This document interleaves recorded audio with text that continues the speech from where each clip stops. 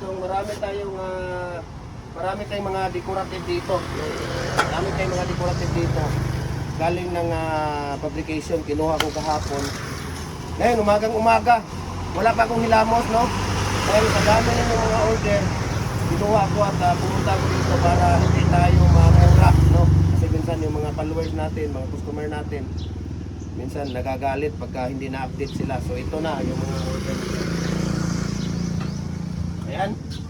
Yung design natin ng tawag dito, decorative. Ayan, isang design ng decorative. Itong itutan nyo ito.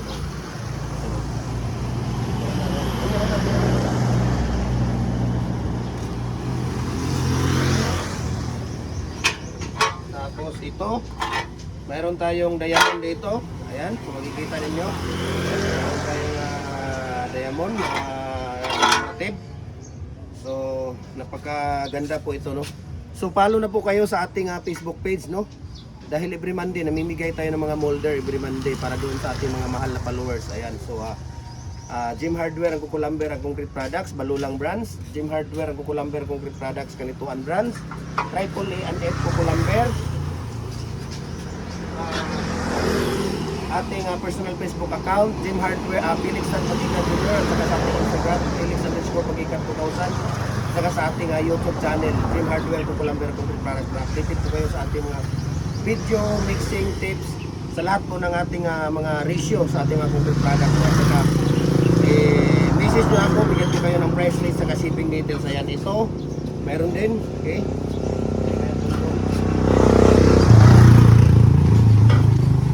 We can ship nationwide, Luzon, Visayas, Mindanao, no? Walang problema. Magdo-door to door tayo, no? Kagaya nito, yung mga maliliit na mga decorative, walang problema, mayroon GNT po, no? GN3, 3 to 4 days lang po, to 5 days ang delivery. Luzon, Visayas, Mindanao, kakarating na sa bahay ninyo, door to door po yan. Ayan.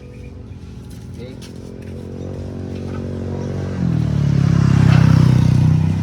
Follow nyo ako para sa ating mga ratio, tips natin. Ayan, no?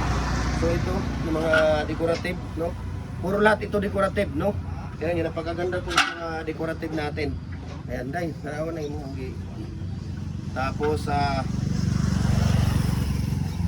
mga gusto magtanong, no? Sa mga RCPC 5 culvert natin, no? 6 inches hanggang 85 inches po. Ayan.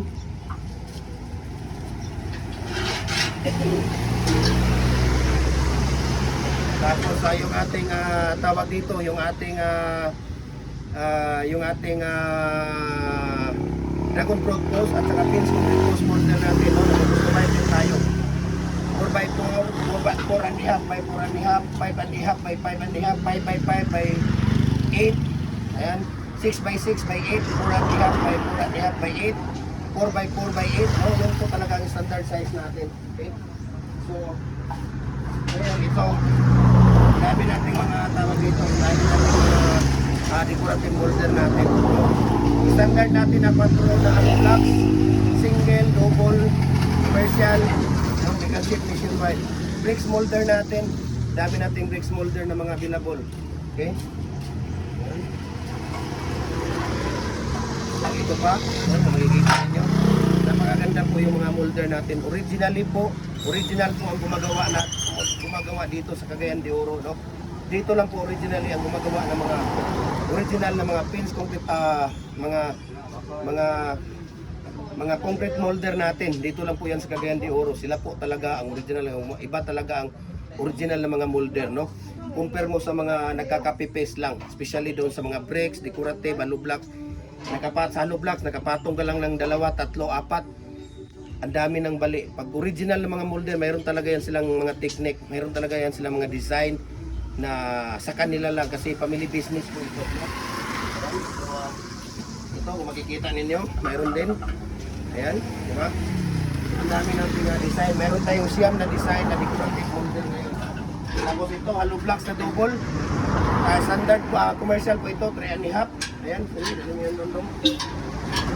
Tapos, meron din tayong tawag dito. Meron din tayong 5x na bricks molder. Okay? So, maraming salamat po sa pagsubaybay, pagsuporta ng ating mga video. Ayan, no? So ako ay hindi magsawang magbigay sa inyo ng mga tips, no? Sinishare ko sa inyo. Lahat po ng aking experience, sinishare ko sa inyo, especially sa mga OFW dyan. At ako talagang almost 20 years din akong OFW, kaya pag-ingatan natin yung ating pira, no? Ilagay natin sa magandang business, no? Para mapaging dito sa Pilipinas, mayroon tayong pagkakakitaan. Kaya maraming salamat at happy Sunday to all. God bless po. Okay, sige na tayo.